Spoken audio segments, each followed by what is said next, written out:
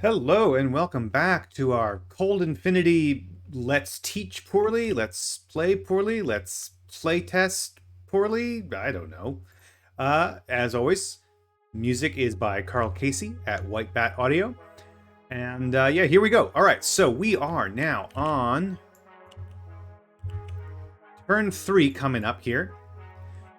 We've spent a little bit of time getting closer to one another here in these two ships. Guy, go put him over there for now. Let's get him out of the way.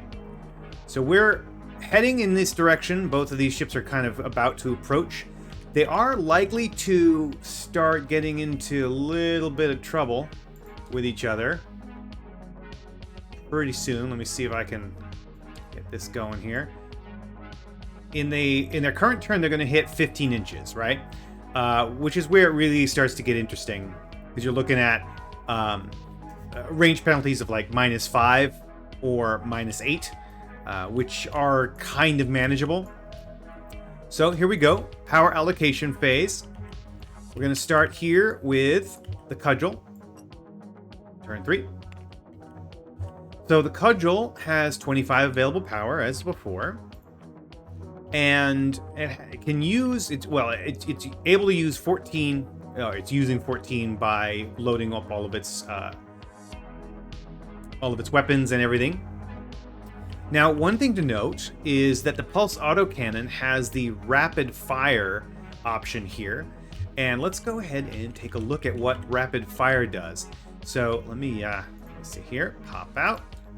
So this is the manual. Let me here. So what we're going to do is we're going to take a look at these weapon enhancement and limitations at the end of the document.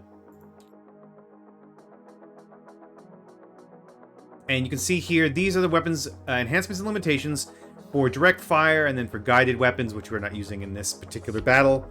And there are different types. There's configuration limitations and configuration enhancements.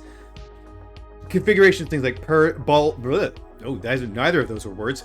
Burst, pulse, enveloping, wave, and so on. And then there's technology limitations and technology enhancements. That's going to be matter, it's going to be energy, it's going to be special types like radiation, electromagnetic, and gravitic, and so on. So we are looking for, I have to make an adjustment here because that's a placeholder that should not be there. I need to fill that in. So we're going to rapid fire. So let's go take a look. See, there it is, rapid fire. 17.1.2.9 rule. Okay. Additional power applied to a rapid-fire weapon will improve its rate of fire by 1 for the current turn. The amount of added power required is equal to the amount of power required to operate the weapon normally. This enhancement cannot be found on weapons with a rate of fire worse than 1 plus 0. On weapons with a rate of fire of 4 plus 0, this enhancement will increase the rate of fire above the maximum to 5 plus 0. And this enhancement does not allow the rate of fire to be improved by more than 1.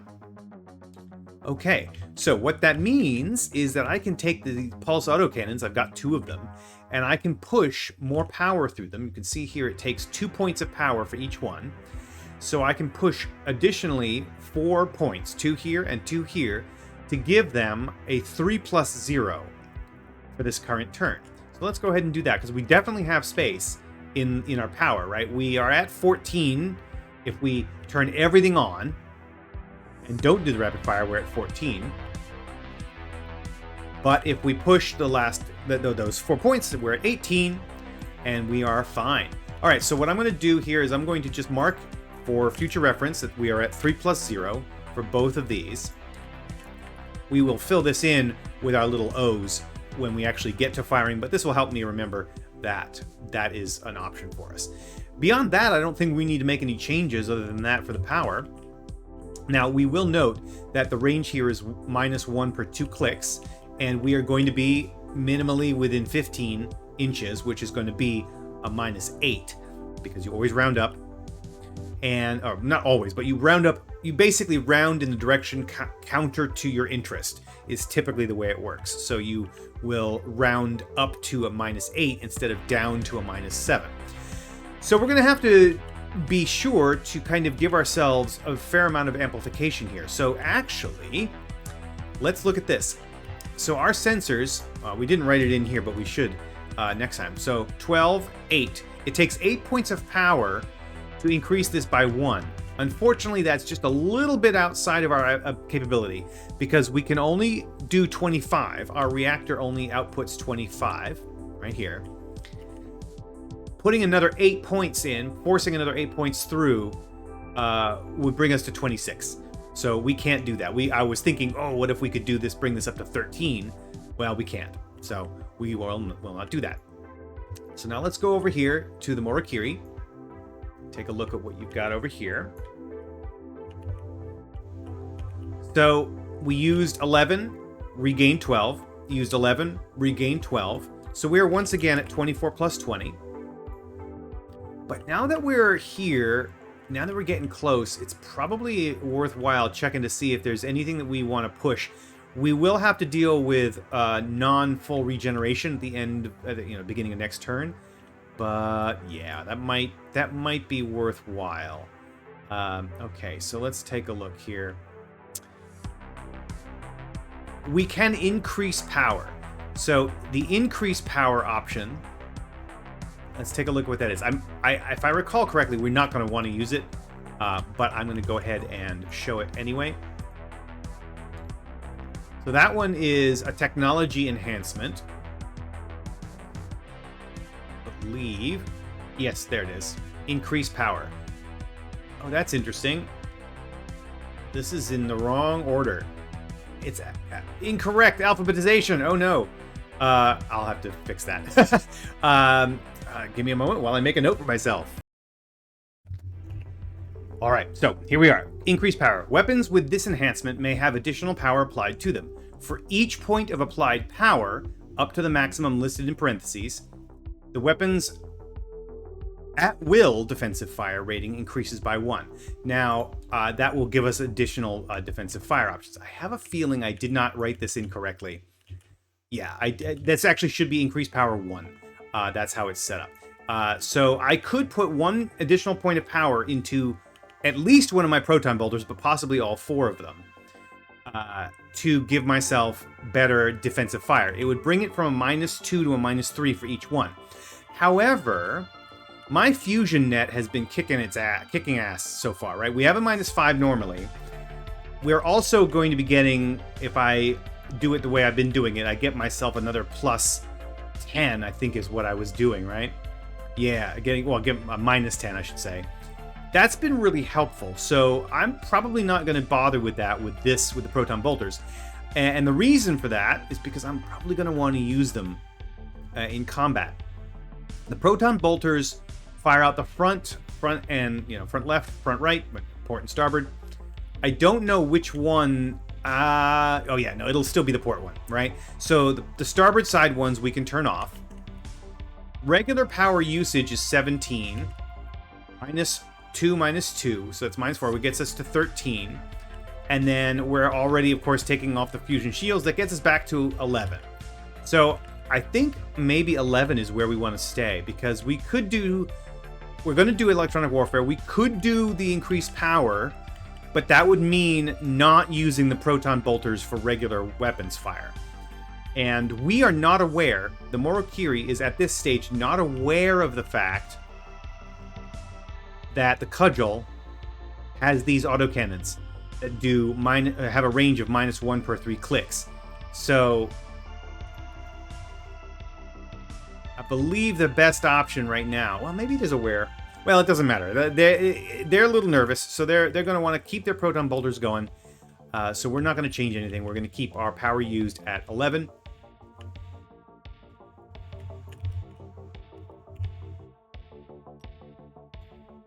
All right, let's determine initiative. So here we go. So we have 16 -2 because it's half of the speed. So that's going to be 14 plus 5. So that brings us to 19 on this one. And over here, we are at 19 -1. So that's 18 plus 1. All right, so we're evenly matched here with initiative. So I'm going to do the roll here, because they are also the same mass. That's a 6. and that's a 1. So the Morukiri will move first when movement comes along. All right. Next up, electronic warfare. We get to figure out how we're going to set these up. Now, as I said, I couldn't push power to the sensors. Didn't have enough left. So we are still at 12/8. Now, because we are looking at using, let's see, what do we have? The heavy autocannons are F and C. Let's see now. Am I going to be able to use C? Or F, I should say. Maybe. Nope. That's not what I wanted to do at all. What I want to do is this. That's out of A, no matter what, on there, and probably the same over there. So I'm going to say we're not going to be using the heavy autocannon unless we do a rotation. The thing is, we only got one of them. And this guy does definitely know about the defenses. So what we really need to do is we need to get these Gauss cannons. These Gauss cannons need to be put in place because our pulse autocannons do EFA and BCD, EFA and BCD. There's one here and one there, like, so I could get them out of F. Oh, well, this is going to be interesting because we really need to get 3 shots in, right? Is what we need to be able to do. We need to get 3 shots because the other guy has the fusion net that can handle 2 shots and give a -15 to 2 shots. What I need to do is I need to get a 3rd one on the other guy. So EFA gets me through A here. The heavy autocannon won't help there, but there's one of these and one of these, or 2 of these, I should say, because the Gauss cannons go AB, and then EFA and BCD. So either one of those would be fine, right? I need to be firing through A or B because then that gets me 1, 2, 3, or 1, 2, 3, and then that 3rd shot is almost certainly going to get through. But the Gauss cannon has really crappy range, so we're gonna have to do some stuff. But what that also means for right now is we really want to amplify like crazy. We're going to be within 20, right? We know that our line here is at 15 inches. And a shroud is 10 inches per point. So we need to go 2/20, which gives us 10 points left. We're not going to do any countermeasures. We're gonna punch it, because also the pulse auto does 3 shots, right? I just realized that we have a rate of fire. Yeah. Oh, actually, we're gonna be in great shape because it's not the amount of weapons, right? It's the number of shots. And this weapon fires 1. Gauss cannon fires 1 each. But the pulse auto fires now 3. It would have fired 2, but it fires 3. So that's 3, and that's 4 and 5, or 1 with F, or it would be 1, 2, 3, and 4. So actually either way works for me. So I don't need to worry about getting into range just yet. So we're going to actually think about getting it into the F. Yeah, so he's going to have to do a bit of a turn. He's going to have to rotate as he goes up. Yeah, all right. Good thing I remembered that because I'd forgotten about my rate of fire over here. Okay, so that one's done for his electronic warfare. Now this guy,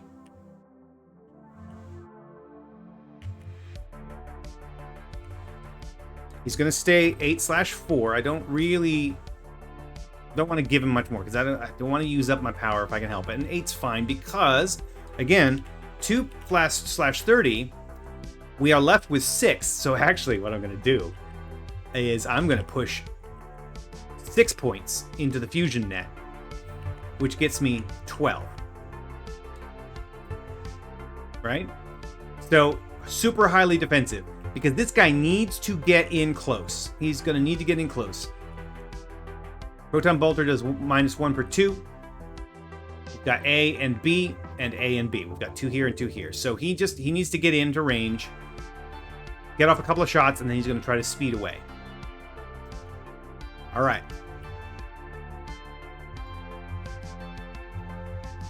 No weapon launch phase. Initiative movement phase. All right, so we determined that Morukiri is going to go first because of that secondary roll. What do we want to do? I think he's still going to keep floating. Right? Still going to keep floating. Direction 0, speed 2, pivot rate none. Do we want him to just keep floating? Actually... The more... okay, here's the thing with this guy. He needs to get closed in. He needs to get closed in because if he doesn't, he'll keep getting shot at by this guy. And he's fairly confident right now about his defenses. He doesn't know about the rapid fire boost that this guy did. So... yeah, let's figure this out.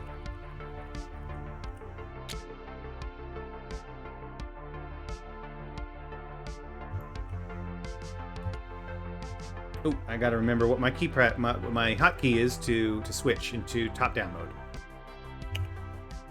All right, that's it. It's P. Forgot about that. Okay, here we are, top-down.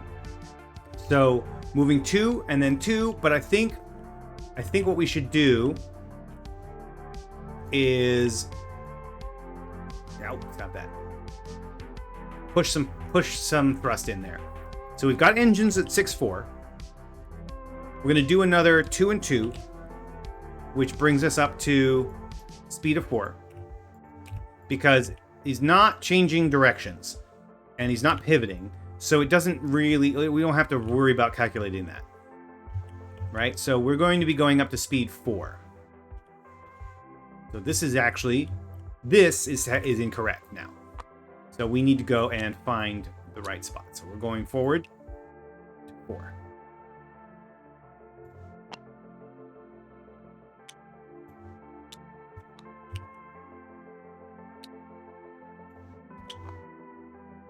And then the next turn, assuming no changes, will be here. All right. Now, with that done, let's go ahead and do Cudgel. Now, the Cudgel, what are we deciding? We want to do the autocannon? No, I don't think... Yes, yeah, sorry. Yes, we want to do the heavy autocannon. We want to get it out at F. We don't want to do the Gauss cannons because that's going to be still too close. So we need to get him pivoted, I believe. Yeah, because I think once he's up here, the A line is still going to be here and the F line is going to be out this way. So he needs to rotate. So he can pivot up to 60 degrees here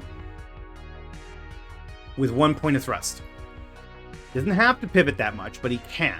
So we're going to go ahead and have him pivot clockwise up to 60 degrees, but I don't think I'm going to have him do the full 60.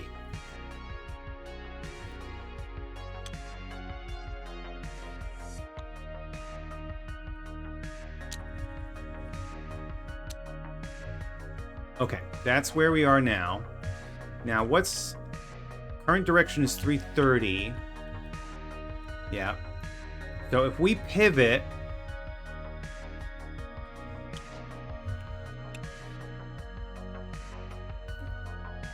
oh, I'm doing 15s. I want to avoid... yeah, I want to make it as small as possible just so we can kind of... oh, that is the smallest we can go. Mimic the way we played on an actual board. Like I mentioned in the first episode, this can't go down below 15, but the game itself goes down to 5-degree increments. So if you're playing on a board, on an actual table, you could do that. In this, you're stuck with 15 as your minimum. But that's all right. So we'll actually go ahead and do... we do 15. Let's see. Is that going to put... yes. Okay, that'll put me... that'll put it in... that's a little bit... no, I'm a little bit nervous with that. We'll go full 30. 30 degrees. Pivot 30 degrees. We're going to do that here. Pivot rate is plus 30.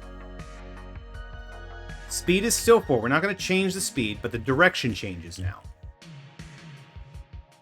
It was 330. It'll now be 300, right? Because we've added 30 degrees. So it was previously there, so now it's going to be 330. Or 300, sorry. So let's go ahead and write that in. There we go, 300. And let's do the move. Now he's moving 4. So we need to go ahead and move this vector marker. I'm going to move it there. Okay. Around 300 at distance 4. Boom. That'll be for next time. Okay. We've done our moves. Now let's take a look at our distances. So that's 13 inches. We are at 13. Not 15. Doesn't help either one of us too much, but we'll see how this goes. All right, let's take a look now. Fire determination. We're going to do some firing here. Cudgel. We're going to do these pulse autos. Which pulse auto? We got EFA and BCD. Well, we can't do BCD. We turned it so that we could get into F. So BCD, we're just going to clear. And then over here, it's 1, 2, 3. And then we have the pulse autocannon. Pulse autocannon is EFA. Pulse autocannon can fire twice, but sorry, that was the pulse autocannon. No, sorry, the heavy autocannon. Heavy autocannon. There we go. Can fire once. So the heavy autocannon, F, is firing once. There we go. So we're going to get 4 shots in. That's going to be nice. And no defensive fire, because those are the only weapons that can fire other than the Gauss cannon. And the Gauss cannon has no defensive fire capability, so that won't be coming into play. Now, Morukiri, we know the fusion net's going to be doing its thing. The proton bolter A1 and A1 and A2. Let's see how we are here. Okay, it's going through A. You can see that right there. It's passing through A. So we're going to be using the A's. And it can fire twice. Can't fire any of the B's, and it's going to use the fusion net for its defenses.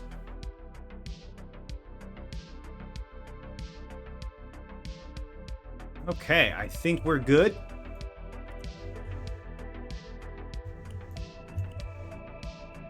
Now we declare the attacks and the defensive fire. So we're declaring the attack from here. He's going to be firing 4 shots at the Morukiri. Morukiri is going to be firing 4 shots at the Cudgel. And we'll be using the fusion net on... where is it? 2 shots. Right? It's got a rate of fire of 2. It's going to be using the defensive fire of 2 shots against...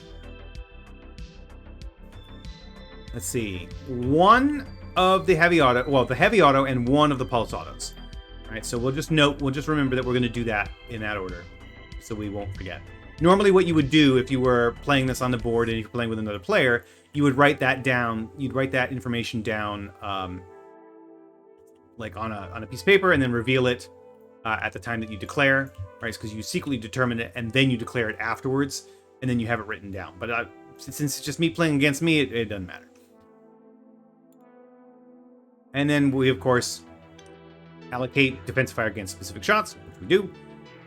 Electronic warfare levels are announced. Well, I know what they are, so we're good. No guided weapons, and now we go into the fire phase. Okay. Now, quite apart from the initiative, which is identical, but there's that secondary roll that makes the Morukiri go slower. Well, go first, technically, is what it is.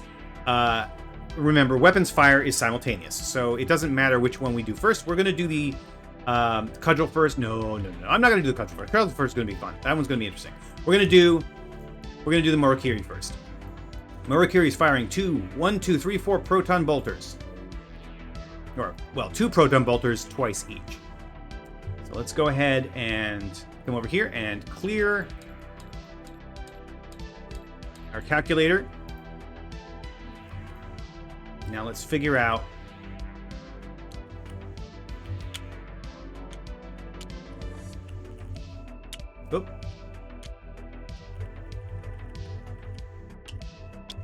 There we go. Okay, so because this guy is long, he's a long boy, we're using the outer ring. You can see the outer ring is for long ships, middle ring is for box ships, inner ring is for wide ships. So long boys get the outer ring.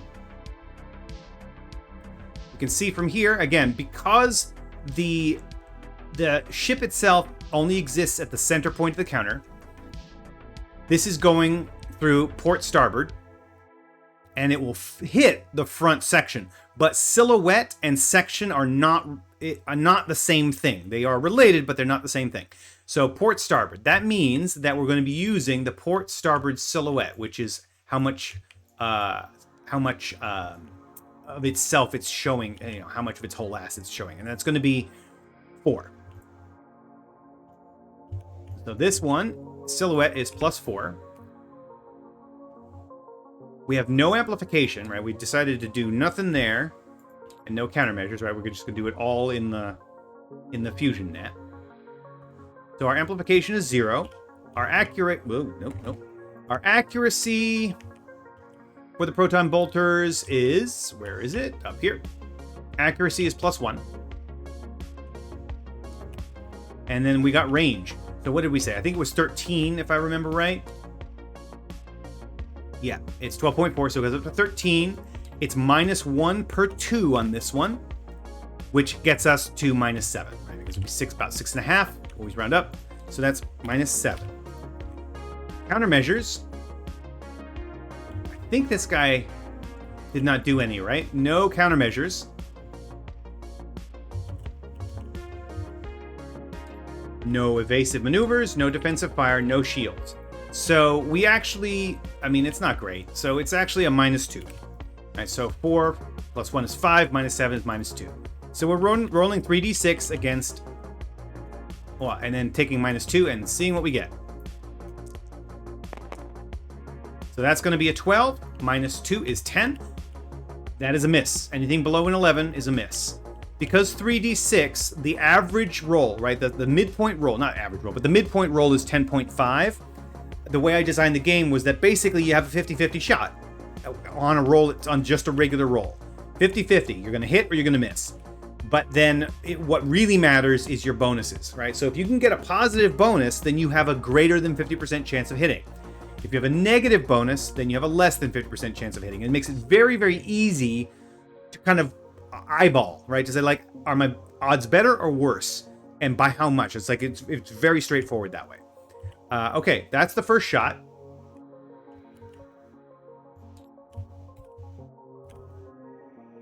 Now let's do the second shot.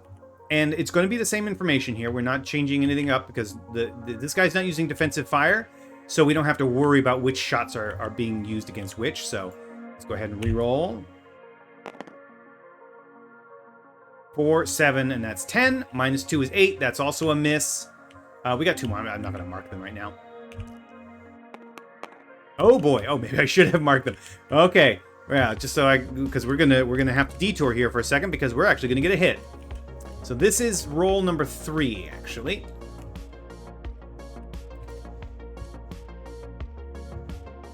And what did we get? We got ourselves a 16. -2 is 14. Okay, so let's take a look. Oops. We rolled a 14. That's going to be right here. That's a full damage hull hit. How? All right, full damage hull hit.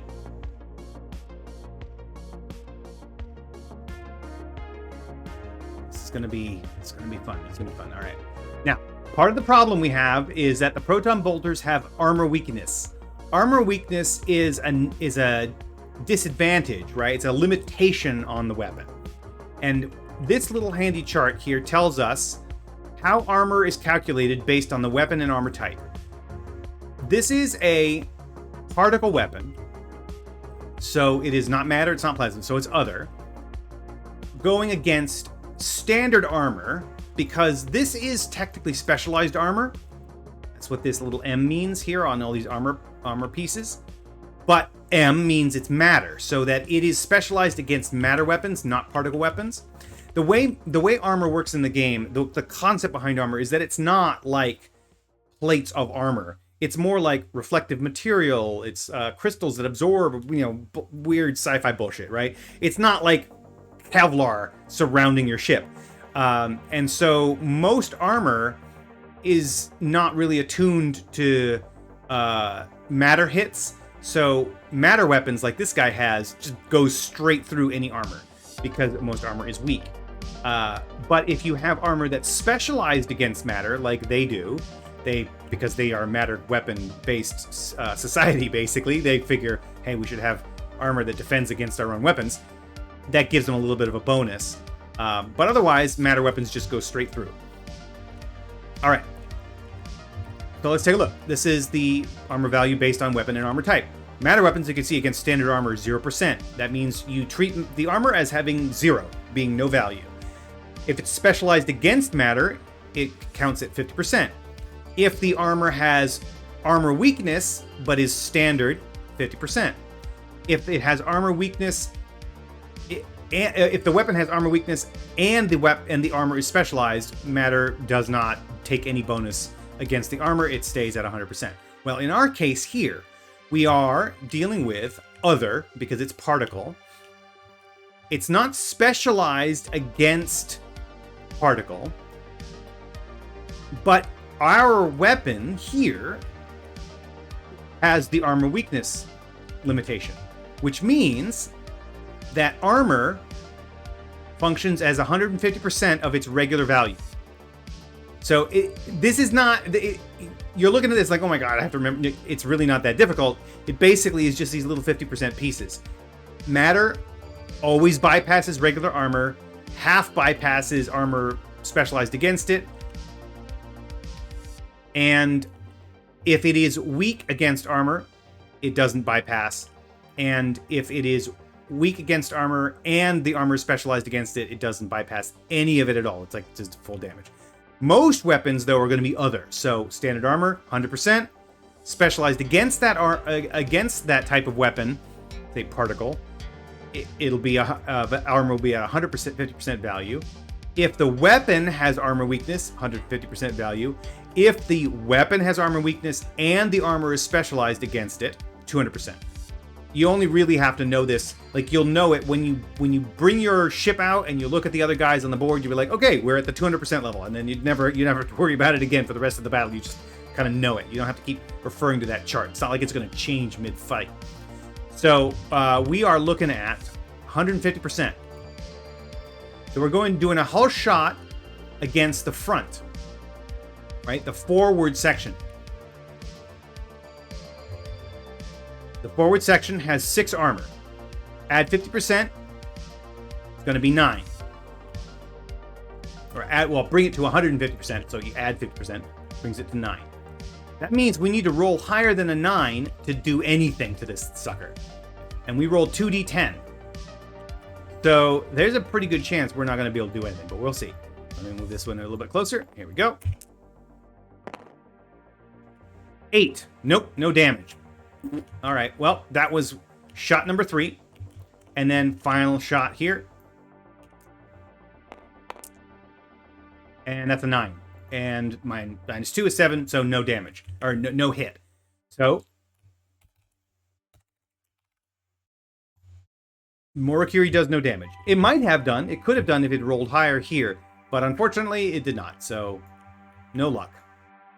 Now we're over here. So heavy auto cannon. First shot. Rate of fire 1. Yeah, we only get 1 shot.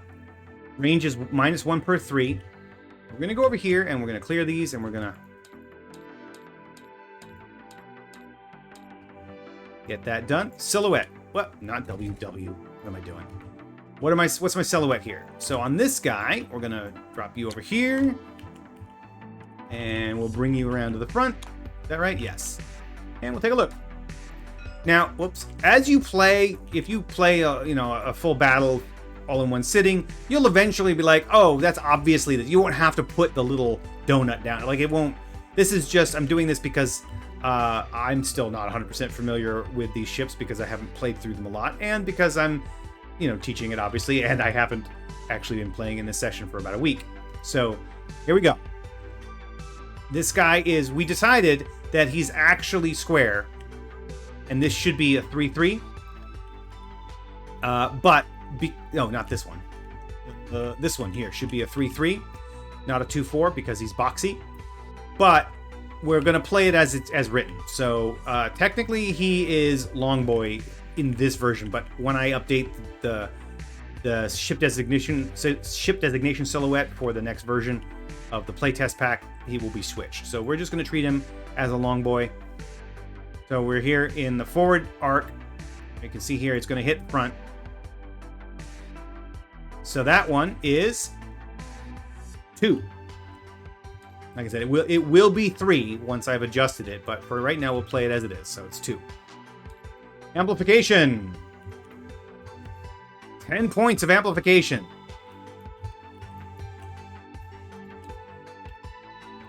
Accuracy. The accuracy on the heavy autocannon is a +2. Now we look at our range. We're at -1 per 3. And we are 13 away. So 12 would be -4. And so one more is -5.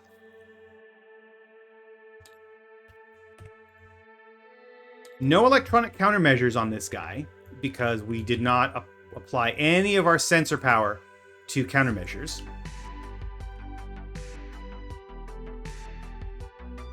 But we do have defensive fire.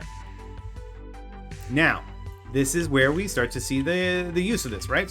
So Fusion Net starts with a -5, but we're actually going to get a -12 to that, so it's -17 on this shot.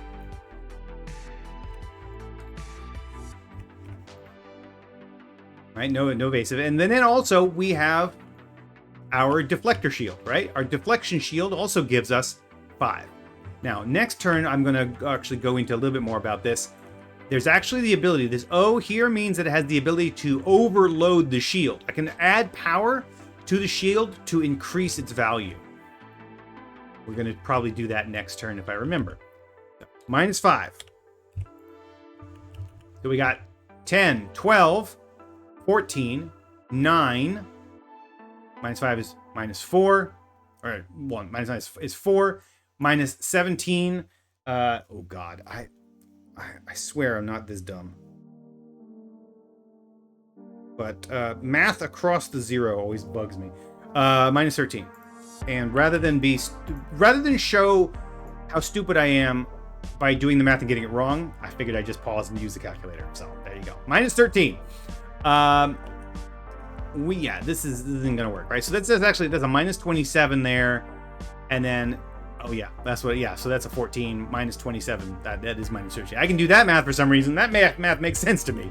Anyway, -13. There's absolutely no way for us to hit with that, right? Because 3d6 maximum is 18. -13 is going to be 5, and we have to roll at least an 11. So, shot number 1 fails. We knew that was going to happen, though. No big deal. Pulse auto. This one has a rate of fire. Oh, sorry, not a rate of fire. It has a range of -1 per 2. Our distance here is 12.4, so that goes to 13. That means we actually at -7 because it treated like it's 14 essentially. So our range here is -7.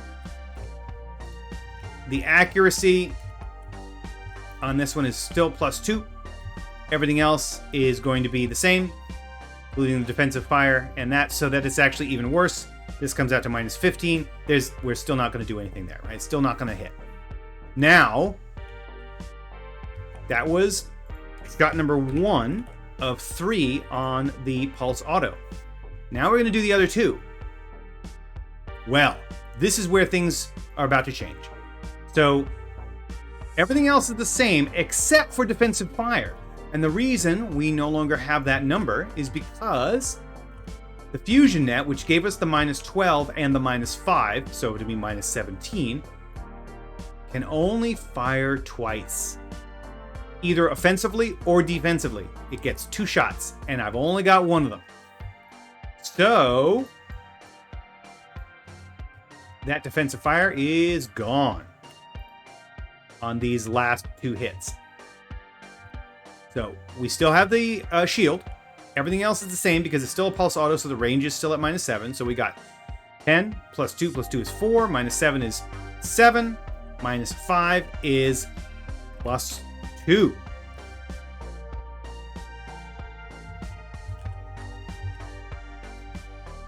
And now if you recall, we've got 2 shots coming in. All right, so first shot. 11 plus 2 is 13. Full damage, hull hit. So we are dealing with matter weapons. It's a matter weapon. Against standard armor, because this thing is not specialized. This armor is not specialized. We can see here it doesn't have a letter telling us what kind of armor it would be specialized against if it were, and it is not. So it's not using specialized. It also doesn't have armor weakness. Right? No armor weakness there. And so we don't use any of these. We just use the standard, and it's actually 0%. That means we completely bypass the armor. We'll just straight up completely bypass the armor. But now here's where it gets fun. Because this thing is a pulse weapon, you can see here it's got a configuration of 3/8. Now what that means, let's see, oh, excuse me a moment. All right, sorry about that. Okay, so we're looking here at the pulse rating. So pulse 3/8. That means that up to 3 shots can hit. And the interval is 8. So we're going to re-roll this here, and we're going to add our 2-hit bonus, and then we're going to roll it against this, the pulse accuracy interval of 8. See how many shots actually hit. So we got an 11, plus 2 is 13. So this gets us to 13. 1. We'd actually have to roll, we'd basically have to roll an 18 or a 7, well, we'd have to roll a 16. Actually, no, we'd have to roll a 17 in order to get it to this point, to 19, right? In order to be able to hit with a second shot. So it's unlikely to happen, but it could. But at least the point here is that there is the potential for a second hit because it's firing multiple pulses. So it only hits with 1, which is fine, and it's going to hit full damage on the hull, and it's going to completely bypass armor. Under other circumstances, without it bypassing armor, this guy has 2 points of armor in the front. But we're not going to be dealing with that. So, pulse auto. Damage 1d10. We're just going to roll one of these guys. Did an 8. So it does 8 points of damage at full damage to the hull. If it was just a glancing shot, so if I had rolled with my DRM and everything, 11 to 12, it would only do half damage. But it does full damage because I rolled what came out to, I think it was a 13, right? So we're going to do full, what did I say? 8 points of damage.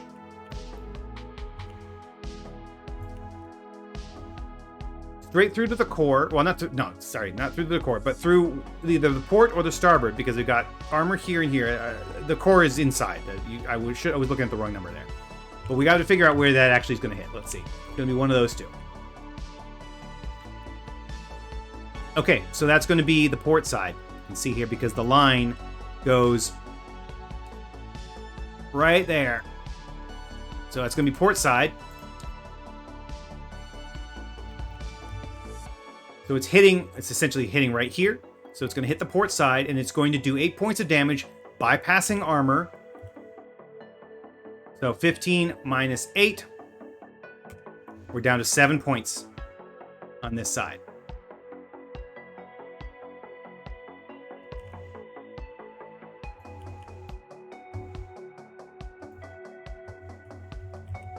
All right, that's hit number 1 of the 2 that are left. Oh.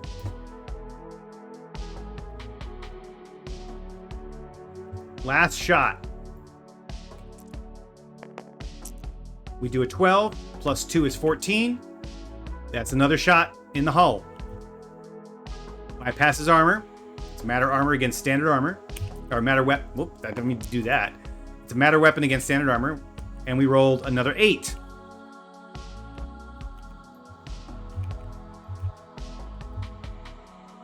And that brings it to nothing, to 0. We have now blown off the entire left half of this ship because we took out its structure, its hull structure. If we had shot at a weapon or something like that, it would have been a different result, but we ended up hitting the hull twice. So what that means, let me see if I can do this here. I want a different color. I want a nice red color here. You're donezo. This whole left side has been blown off. So we've lost the aft thruster. We've lost the port side thruster. We've lost this forward thruster. So over here, we're going to look now. We can see going forward, no port. Got one of those, and we've got only one. Yeah, that shouldn't be 2. That should be 1/1. It's 1 here and 1 there. So we've taken those out. We've also lost, because again, it's the whole side. Everything on this side is out. So not just the hull, it's everything. We've sheared the whole side right off. Proton bolter, these 2 left side ones, they're done. All the way across. Actually, let's just do it, because nothing says humiliation like putting X's in all the boxes.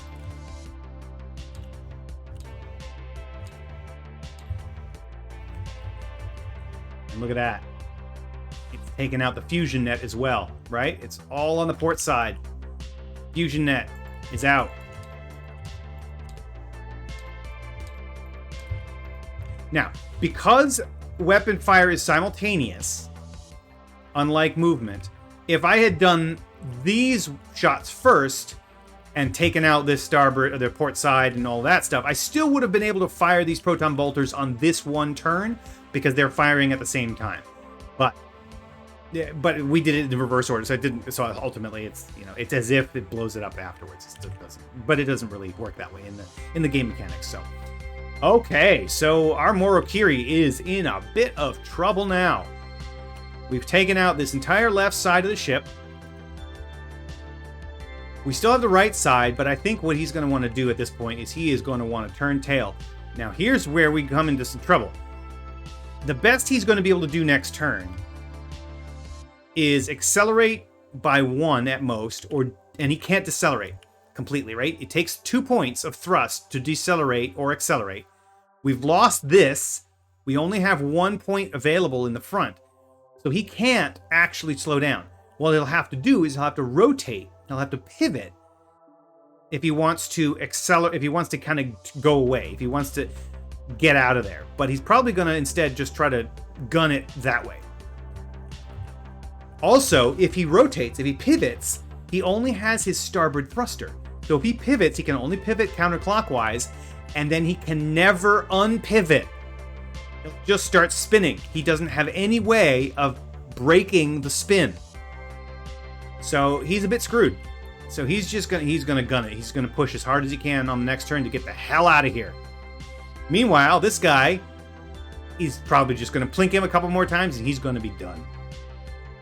But that's all for next time.